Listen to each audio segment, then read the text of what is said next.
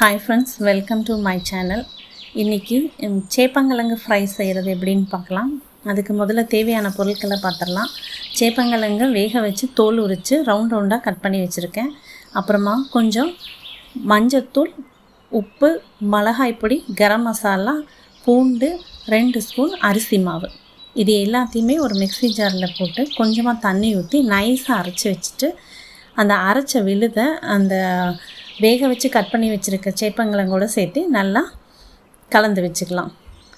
இந்த கலந்து வச்சதை ஃப்ரிட்ஜில் வச்சுக்கலாம். நம்ம சாப்பிட்றதுக்கு முன்னாடி எடுத்து ஃப்ரை பண்ணால் நல்லா கிறிஸ்பியாக இருக்கும். ஒரு பேன் வச்சு அதில் கொஞ்சமாக ஆயில் ஊற்றிட்டு அதில் இந்த சேப்பங்கிழங்கெல்லாம் போட்டு ஃப்ரை பண்ணிக்கலாம். இது டீப் ஃப்ரை பண்ணால் அவ்வளோ நல்லா இருக்காது. இப்போ சேப்பங்கிழங்கெல்லாம் திருப்பி விட்டுக்கலாம்.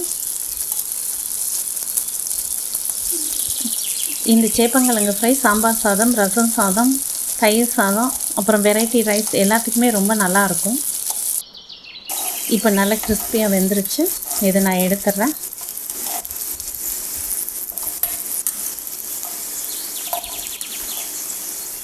இதை நீங்களும் ட்ரை பண்ணி பாருங்கள். தேங்க்ஸ் ஃபார் வாட்சிங். Like and subscribe my channel.